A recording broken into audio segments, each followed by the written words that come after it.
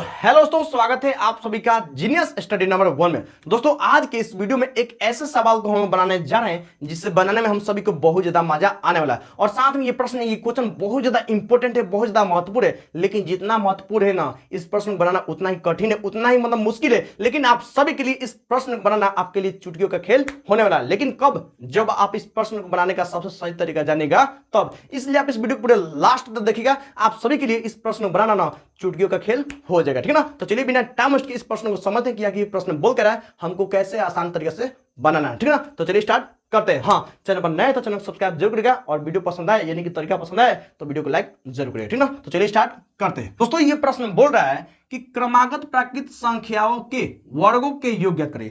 आप यहाँ पर सोच रहे होंगे सर यहाँ पर क्रमागत का मतलब क्या होता है। देखिए दोस्तों, क्रमागत का मतलब होता है ना कि ऐसी संख्याएं जिनके बीच का अंतर यानी घटाव एक समान हो, एक जैसा, उससे बोलते हैं वो क्रमागत। फिर समझिएगा, देखिए ऐसी संख्याएं दूंगी जिनके बीच का अंतर यानी घटाव एक समान होगा, एक जैसा होगा, उसी को बोलते हैं वो क्रमागत। देखिए यहाँ पर मान के चलिए हमें संख्याएं दी है 1 2 3 4 यानी लगातार कहां तक है वो 20 तक, यानी 1 से लेकर लगातार 20 तक की संख्या है ना जी।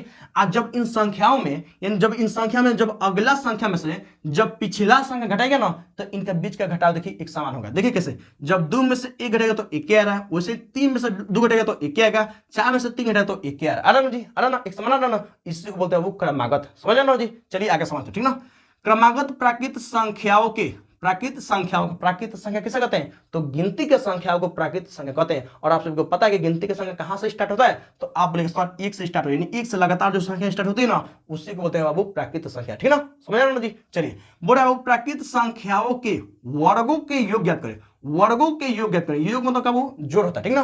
वर्ग मतलब क्या होता है, चलिए समझते हैं। मान के चलिए हमको 2 का वर्ग निकालना हो, 2 का वर्ग निकालना हो, तो इसका मतलब जो ऊपर 2 होता है ना, जो ऊपर 2 होता है उसी को बोलते हैं वर्ग बोलते हैं, चाहे स्क्वायर बोलते हैं, ठीक ना। तो मान के चलिए 2 का वर्ग निकालना हो, तो इसका मतलब बाबू जिसका भी वर्ग निकालना हो उसी में गुना कर देगा तो उसका वर्ग निकल जाएगा। मान के 2 का वर्ग निकालना है तो इसका मतलब है कि 2 में 2 से गुना करेगा तो कितना 4 है। मान के चलिए हमको 6 का वर्ग निकालना है तो इसका मतलब 6 में 6 से गुना करेगा तो कितना 6 3 आ रहा ना। अच्छा समझ रहा ना जी, बिल्कुल है। तो ऐसे ही समझिए हमको क्या करना है कि 1 से लेकर लगातार 20 तक संख्याओं को वर्ग करके आपको जोड़कर बताना है। तो जरा सोचिए, हम लोग 2 को निकाले तो इतना टाइम लगा, अब वैसे ही हमको 1 से लेकर लगातार 20 तक संख्याओं को निकालने लगे तो हम लोग हालत पंचर हो जाएगा। तो इसके लिए एक जादू है, एक मतलब सूत्र है जिसके मदद से आप मतलब कुछ सेकंडों में इसका आंसर आप बता सकते हैं, ठीक ना। तो चलिए स्टार्ट करते हैं, मेरा टाइम वेस्ट, ठीक ना। तो हमको क्या करना है कि 1 से लेकर लगातार 20 तक संख्याओं को वर्ग करके हमको जोड़कर बताना है। कोई दिक्कत नहीं, कोई दिक्कत है जी नहीं। यानी 1 से लेकर लगातार जो संख्या प्राकृत संख्या है हमको क्या करना है कि वर्ग करके हमको उसका योग निकालना है। योग मतलब क्या बाबू, जोड़ होता है। तो इसका सूत्र क्या होता है बाबू, चलिए समझते हैं। योग मतलब क्या बाबू, जोड़, ठीक ना। समझ ना जी। चलिए इसका सूत्र क्या होता है, चलिए समझते हैं, ठीक ना। इसका सूत्र होता है n गुने n प्लस 1 और फिर गुना होगा 2n प्लस 1 और बटा में 6 यानी 6। कई बच्चे यहाँ पर देख भकुआ गए, सर जी इतना बड़का है, हमको सूत्र हमको याद होगा। अरे सूत्र की जरूरत नहीं पड़ेगा, ये तो मात्र लिखा है। मतलब जब यहाँ पर आएंगे ना तो बोलेगा सर सर तो सूत्र की जरूरत नहीं है ना जी। बिल्कुल आप बोलेगा, देखिए कैसे, देखिए आप बोलेगा सर यहाँ पर n के मतलब क्या होता है। देखिए दोस्तों, जब लास्ट जो संख्या होगा ना उसी को हम n मानेंगे, यानी जो लास्ट संख्या होगा उसी को हम n मानेंगे, ठीक ना। अब जहां जहां n है वहां पर आपको 20 रखना है, ठीक ना। तो यहाँ पर n है तो यहाँ 20 रखिए, इसको पहले मिटा दीजिए, इसको कोई जरूरत अभी है नहीं, आपको समझ में आगे होगा अच्छे से, ठीक ना। तो n यहाँ पर n है तो यहाँ 20 हो गया, गुना तो गुना, फिर यहाँ पर 20 n है तो 20 हो गया, प्लस है तो प्लस, 1 है तो 1, फिर गुना तो गुना 2n यानी कि 2 में गुना होगा 20 से प्लस 1 बटा में बाबू 6। तो ठीक, आपको हमेशा 6 मतलब कि ये सूत्र हो गया ना जी। आप इसके पास यहाँ पाइएगा तो सर इतना आसान है, मतलब कि ये सूत्र की तो जरूरत नहीं है, आप ये बोलिएगा जरूर, ठीक ना। देखिए 20 है तो 20, ठीक ना, गुना तो गुना, 20 को आएगा बाबू 21 हो गया, ठीक ना। मैंने 20 को आएगा 21 को गुना, अब 20 में 2 से गुना था 40 हो जाएगा, 40 में 1 से 1 जोड़ेगा तो 41 हो जाएगा, अब बटा में 2।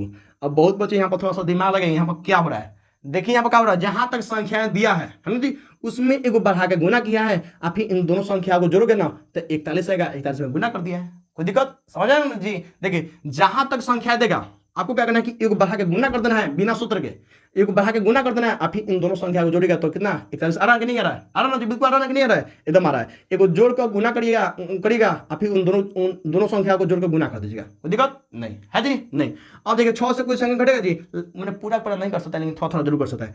2 3 6 और 2 2 20, उसे 3 7 21 हो जाएगा। अब नीचे तो एक बचा था, इसका कोई मतलब नहीं है। अब फिर उसे 10 गुणे 7 आ गुणे 41, मतलब कि 10 में 7 से पहले गुना करें तो 70 हो जाएगा आ गुना 41, कोई दिक्कत? यानी कि अब तो आसान हो गया, यानी 70 में एक तरह से गुना करना है तो आसान हो गया, मतलब इसमें जीरो तो आसान हो गया, ठीक ना। देखिए जीरो तो यहाँ पर जीरो लिख देंगे लास्ट में, आप फिर 7 से इन दोनों में गुना कर देंगे तो 7 एकम 7 हो जाएगा और 7 चौके 28 हो जाएगा। हमारा आंसर आया जी, बिल्कुल आया। आना जी, आना जी, एकदम आसान। मान के चलिए हम यहाँ पर 30 दे रहे हैं, मान के चलिए यहाँ पर 30 दे रहे हैं, ठीक ना। अब यहाँ पर मैं बना दे रहा हूँ, ठीक ना। देखिए कैसे, यहाँ पर देखिए 30 दे रहा है, 30 में एक बढ़ाएंगे तो कितना बाबू, 30 में एक बढ़ाएंगे तो कितना बाबू 31 हो जाएगा। अब उसके बाद क्या करना है बाबू, आपको दोनों को जोड़कर गुना करना है, तो 30 में 31 जोड़ेंगे तो अब हमारा 61 हो जाएगा, बाटा में हमारा 6 हो जाएगा, ठीक ना। तो 6 से डायरेक्ट कर जा रहा है कितना, 6 5 30, तो यहाँ पर 5 गुणे 31 आ गुणे 118। अब गुना थोड़ा सा करना है तो आप पहले 5 से मैंने छोटे गुना करिए, तो 5 में 1 से 5 हो जाएगा, 5 15, यानी कि 155 में 61 से गुना करना है, ठीक ना। तो गुना करिए फटाफट यहाँ पर,